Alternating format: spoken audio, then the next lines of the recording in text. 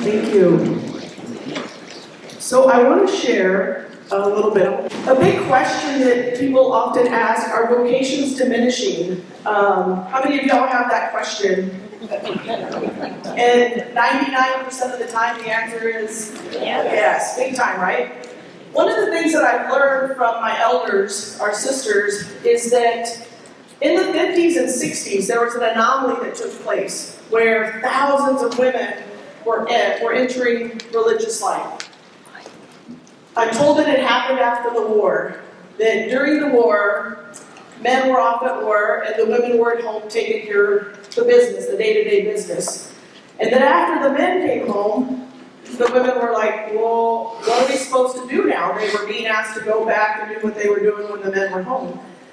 And religious life offered women opportunity to be a teacher, a nurse, or go work in speaking out for social justice, right? So that hundreds of thousands of women came. And I'm told by my elders that this was an anomaly that has happened once in our world. It's never happened since this particular time, the 50s and the 60s.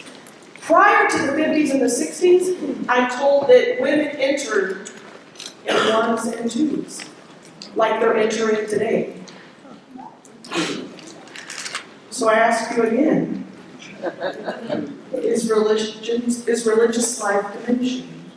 No. Big question, right? The Sisters of Providence have been really blessed that we have 22 women under the age of 65.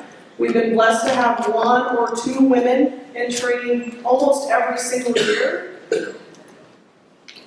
Across the board, religious communities are coming to completion is what they call it. We're coming to completion.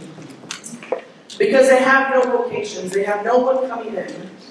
The latest one that I heard was the Oldenburg sisters have decided to come to completion and they no longer are accepting vocations because women are not coming.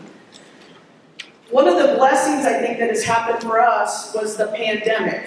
How many times have you heard that the pandemic was a blessing? Not a blessing, right? In 2020, I became the vocation director for the Sisters of Providence. And it was right smack in the middle of the pandemic. I could not hold any in-person events. I could not do any of our normal programming. So I thought, what am I going to do? And it was actually a blessing in disguise because prior to that, young people had already been connecting online. They were already doing Zoom. They were already connecting on social media. And it was us older people that kind of were holding back. We were refusing to do and speak that language. But the pandemic forced me to have to speak that language. So I said to myself, I'm going to start some online programs. And it was actually a blessing also for me because I didn't have any of my elders, the sisters that were vocation directors before saying, well, Joni, that's not how we did it here. That's not how we've done it in the past. You can't do it that way. So it's a real blessing, right? So I started with an online program. We had 3 women show up. We did it every month. Then a couple months later, we had 4 women show up. And I just kind of kept doing it. The first session that we hosted was Hail Mary full of grace, come meet a sister face to face. And I had young sisters, like, it wasn't Stephanie and these girls up here, but sisters then, that were presenting to young women that were interested in religious life. And I just kind of kept hosting those events. I'm going to pull this up here. So, long story short, religious life is technically not diminishing. And if we do the right things, and we bring in people like yourselves to help us spread the word, we too will be able to continue. What are women seeking today?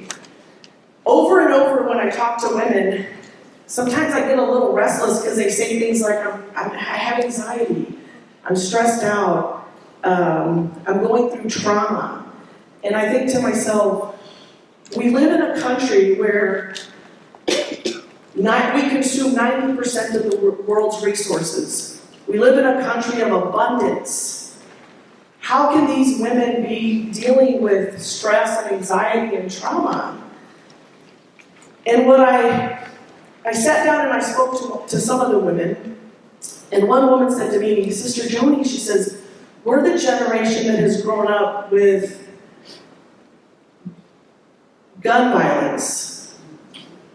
We're the generation that has grown up not being able to go outside and play because we're afraid of being kidnapped. We're the generation that we're not allowed just to go outside and play like your generation. We have play dates. Our parents have to schedule play dates. How many of y'all have grandchildren that have play dates? Right? We used to be able to just go outside and play, come back in when the sun goes down, right? With the lights on. Kids can't do that anymore. They spend most of their time indoors. Playing outside is not an option. They talked about in schools having drills for, what do they call it? Shooter drills. Active shooter drills. And in some cases, they bring in actual mock shooters. Like, how traumatizing is that for kids? So I started to get an idea of why a lot of them are feeling anxious, stressed, feeling like they've been traumatized. And it breaks my heart. I also thought, well, I remember being a kid having to do drills where we hid under our desk because we thought we were going to be bombed, right? So what is the difference? And I think the difference is that I still got to go outside and play. I still got to be a kid. So those are some of the stories that I heard from women. They also tell me that I asked them, why do you want to be a sister when they call me? And a lot of them say they want to align their gifts and talents with an organization that is speaking out for injustice. Since Advent, and I don't know what's happened since Advent, but I do a monthly report to my congregation. For the past 5 years, my report has been 3 or 4 pages. Something's happened since Advent. My report is 14 to 16 pages of women that are discerning and asking questions about becoming a Sister of Providence. So this is a slide from Vision Vocation Network, and these are statistics of where women come to figure out, to learn more about religious life. You see this number down here. Last year there were 16,355 women from across the United States seeking to know more about religious life. You can look this up on National Religious Vocation Conference. So again, is religious life diminishing? Are people not interested? I think not. These are some events that we host that have been really profitable for us, where women are really interested. I put upcoming events, this is my calendar for the year, so I'm here speaking with you today, and we're going to ask for an action from you here at the end. So we have a new postulant coming in on September 4. Her name is Jessica. She is from West Virginia, and she'll be entering on September 4. We're doing a Just Us podcast, where myself and the new postulant Jessica will be interviewed. We have a new program called Discernment Lounge. It's a Discernment Lounge, and we just kicked it off this month on the 7th. We had 15 women sign up for the event, and 9 of them showed up. They are from California, from New Hampshire, from New Jersey, from Texas. How else am I going to connect with all of these people? Isn't that amazing? So we're kicking that off, and I'm going to ask you at the end if you could see if we could help. You could help us spread that word. We also have a come and see. How many of you know what a come and see is? Oh, yay! So we host 2 come and sees a year, 2 of them. And it's where women come, and they come to see how we live, how we pray, how we interact with each other, how we serve the community, and how we are in relationship to our community and to God. And so we host those a year, and Chuck Lynch, where are you? There you go. Give him a hand, because he helps us out a lot.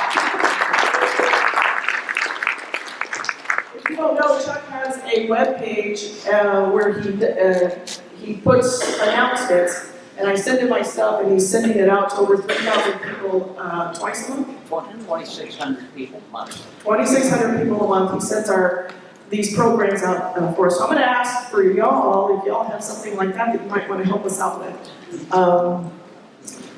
We also attend 4 events. So one of the things that I learned is, how many of you I've heard over and over from our sisters, young people aren't going to church. Young people are not in the church. So I started to think, well, where are young people? Where are they going? And I realized that they're going to these events. They're going to the Focus C conference. They're going to the Ignatian Family Teaching for Justice. They're going to NCYC, that's going to be here this coming year. And they're going to the Religious Education Congress. There's 30,000 people going to those events. 16,000 women. 20,000 women. I said to my director, to my general superior, I said, if I'm a fisher person, I'm going to go where there's fish. And guess what? There's a lot of fish in these places. We got to go there. We got to find the money to go. So we've been finding the money through donations to be able to attend. We find donors, ministry partners I'll call them up and say, hey, you live in Anaheim, California, can we stay at your place so we don't have to incur the cost of the hotel? So we try to cut corners and save as much as we can. So then we have another come and see in March or April. We go to the Religious Education Congress. This year is going to be in Long Beach, California. And then we're coming here again to the Lucas Stadium for the NCYC. How many of you have heard of these events? Yes, awesome. All right, you're going to get started.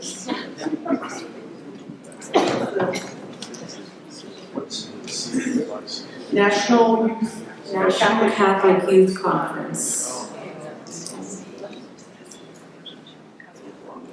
Oh.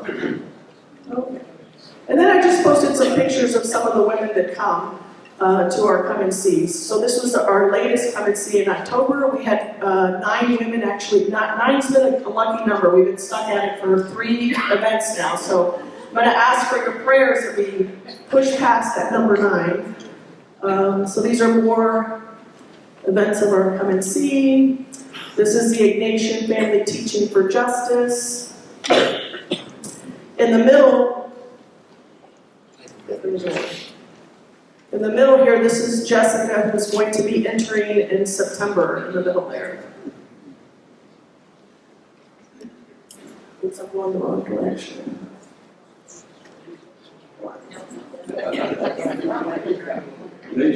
Deja vu. This is the Focus C conference. Now we often have Sister Marilyn, our sister, sitting up here with her son. And it's funny, a lot of the young people don't get the whole. But part of our ministry is to educate, so. This is the Religious Education Congress. And you see our bishop over there at the left, your left. He's really amazing. He finds us at every event that we're at, and he comes over and he takes a picture with us. And I hear from other people, hey, your bishop's looking for you because he's walking around, where are my sisters? Where my sisters are here. So I'm always really thankful and touched and feel really blessed that he takes the time to come over and see us. So this was the NCYC, the National Catholic Youth Conference, and that's going to be here again this year. And then we also attend Providence Crystal Ray. We go there for their big events. They have Stations of the Cross. So anytime they have any kind of event, we try to come and get to know them a little bit. And we also attend St. Mary the Woods College, talk to kids there. This is our 7-7 prayer group that we hosted last year. So these are some ideas. I asked the women, what do you want to know about it? They said, there's things, a lot of them are cradle Catholics, and they said, there's things that we don't talk about that are taboo. And some of the things are like setting boundaries. Shame. How many of y'all ever had a conversation about shame in a group? Right? Being overwhelmed. Ambition. Forgiveness. Trusting God. Dealing with failure. And that's a big one for these young women today. Failure to them is really difficult because they've grown up in an era where instant gratification, things are really easy. I called my brother one day and I said, what are you doing? He said, I'm vacuuming, but he was sitting on the couch. He had one of those vacuums. So,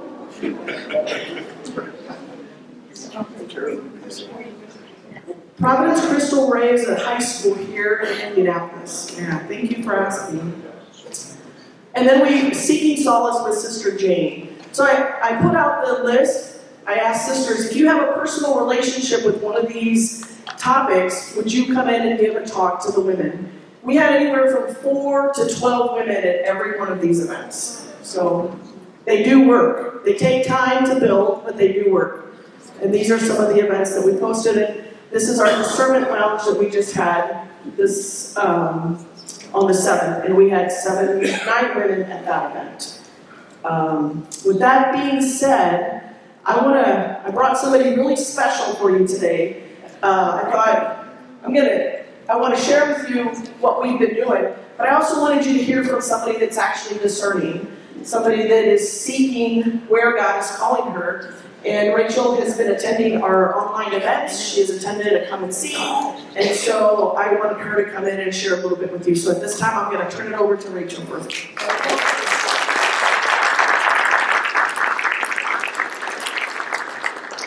Hello everyone, good morning. As Sister Joni said, my name is Rachel Morand. I'm from Zionsville, Indiana, and I am discerning. And firstly, I want to say thank you all so much for having us here. And secondly, I want to say that discernment is a daunting and uncomfortable process. And actually, I want to go further than that and say that being young, especially in this day and age, is a daunting and uncomfortable experience. And some of you might be wondering why. And there's something about being young that I've realized really attracts people to giving their opinion on what you should be doing with your life. And it can be hard when there are already so many things that you're trying to figure out. So many voices in the world, from culture, from family, from expectations. So with discernment, there's, of course, that spiritual warfare aspect that comes up. But there's also the psychological warfare aspect when you have your friends and acquaintances and strangers asking, when are you going to get married? When are you going to have kids? And I will tell you something, a lot of people don't take too kindly to the answer, well, maybe never. That is uncomfortable for other people. And my faith journey has been up and down. I was raised a cradle Catholic. Faith was a really big part of my life growing up. And I found a lot of comfort and a lot of strength in it. But when I was in high school and early college, I struggled a lot. I struggled with a lot of unanswered questions, a lot of hard questions. And I was looking for answers that I didn't feel as though the church could afford me. And so I started looking in other places. I strayed away from the church. And it was a really tough time in my life. It was a very tough time. There was a lot of pain, a lot of uncertainty. I moved away, I moved across the country to Colorado. I was working with Habitat for Humanity over there, but in my heart I knew I was running away from something, that I was looking for something. And in the midst of all that confusion, when I didn't even consider myself a Catholic, I found myself going to a Catholic church out in Colorado, just for comfort. I felt comfort there, and I felt peace there, and I couldn't really tell myself why. And it wasn't until I came back to Indiana and I found a young adult group at my home parish at St. Alphonsus that I really reconnected with my faith. And it just was so comforting, but also so empowering to have that faith community of other young people, where it was other people who were looking to answer those questions, those hard questions. We were having those conversations. And to have that community was everything. And then it became a thing of, I felt this sort of sensation in the back of my head. And it was nostalgic. It reminded me of my childhood. And I realized it was, oh wait, I used to want to be a nun. And I brought this up to my mom because my mom is my best friend. I tell her everything. And I said, I'm feeling this way. I'm feeling this way. And she goes, yeah, you used to tell me all the time you wanted to be a nun. And I said, what? You didn't tell me that. And she goes, well, you never asked. And it became a thing of, I had this feeling, but I didn't know what to do with it. And despite having this really great young adult community, no one was really talking about vocations. And it was kind of, it felt very isolating because I didn't really know what to do next. And I even have it easier than most because my brother's a priest. I saw him go through that. So there was a sense of familiarity. Yes. Give it up for Father Andrew. He's in Our Lady of Grace in Noblesville. He's my brother. And a big thank you to all of you for all of your support. He said that you were super helpful throughout his formation, so thank you for him on his behalf. But I even had that growing up. I saw a young person discerning. I had that familiarity, but it was still hard. I wasn't sure about next steps to take.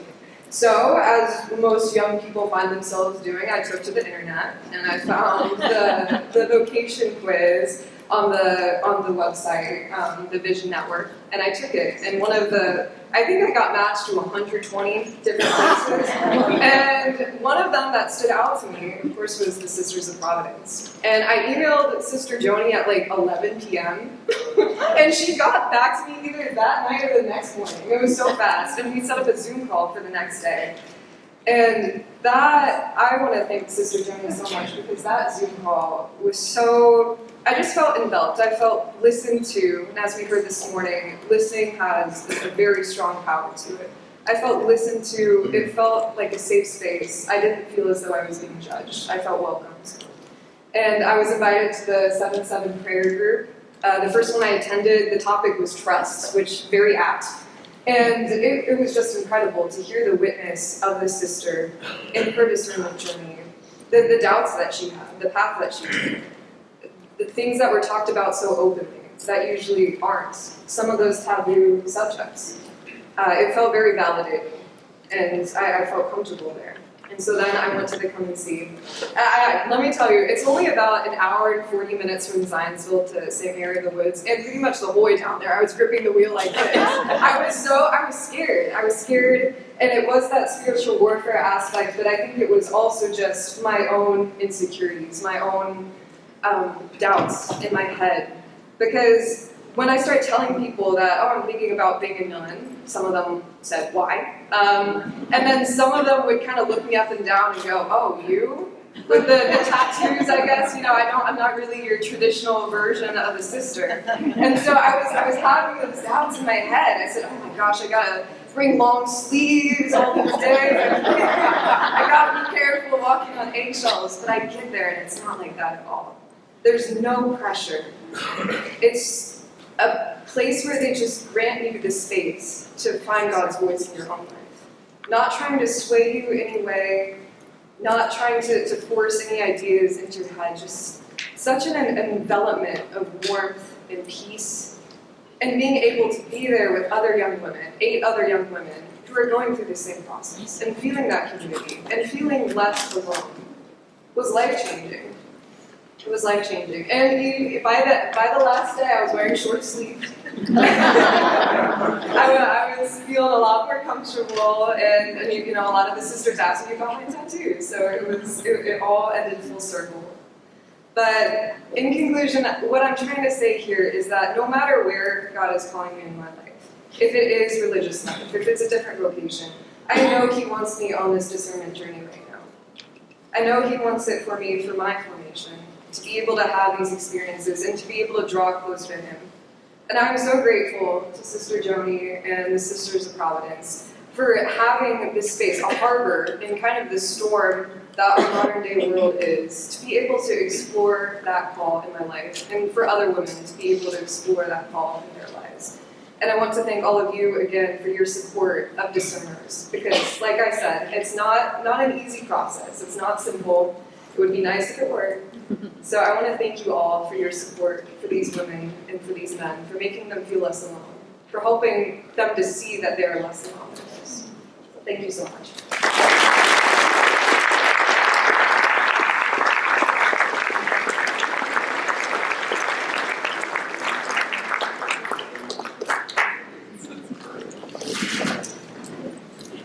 So there are people out there discerning religious life, and they are wanting to serve God, and we just got to find them. And what we're going to do, what I'd like to do, first at the end, I'd like to invite you to come over. These are the 6 women that are currently in our formation process. So they haven't completed final vows. They're either in 1, 2, actually Jessica just took final vows in August. She's going to take it in August. But these others are still in the process. But what I'd like to invite you to do is to become a communications partner with the Sisters of Providence in your parish, in your newspaper, your flyers. And what you click on the QR code with your cell phone, you turn on your camera, you point it at it, and a little will pop up. Thank you. And you click on that, and it'll ask you, would you like to be a communications partner to the Sisters of Providence? Would you like to receive our weekly prayer? And you fill that out, and then when we're hosting an event like the Come and See, I'll send you that flyer, and you can help pass it along in your parish. So if that's something that you're willing to do, you can come up at the end and pick one of these up. The more ministry partners we have, I think the better chance we have. I know that the women are out there. Women are discerning, they're seeking, and so are men. They just don't have a community. They're finding it difficult to connect with folks that are also seeking this way of life. So, in closing, I believe that religious life is not coming to completion. We have to create pathways for people to find us. And right now, a lot of us are not speaking the language of young people, and that's social media, online programming. When I first started the online program, let me just give you some hints in case you want to start one. Some of them don't want to turn their camera on. Let them. Eventually they'll turn it on. Some of them will come to 1 or 2 and then not come. Don't force them to come. I leave it open. We have 6 events. Come to the one that you want to come to. They come in and out. So I allow it to be free, as Rachel was saying, that there's no pressure. Come and listen, learn from each other. Young people hold a wisdom that the rest of us don't hold. And when they speak to one another, they're able to share that wisdom with one another. And then the path doesn't become so scary. So with that, I want to thank you all for having us. David, thank you for emailing my general superior and getting us here. I ask that you continue to pray for the Sisters of Providence. Pray for the women that are discerning religious life, that are seeking to serve God in a deeper way, in a meaningful way. Now, we're all serving in a meaningful way. I'm not saying that sisters are doing it different. We are doing it different. I'm trying to be told we are doing it different. But I just ask for your prayers. And thank you for being here, and thank you for holding this space for us.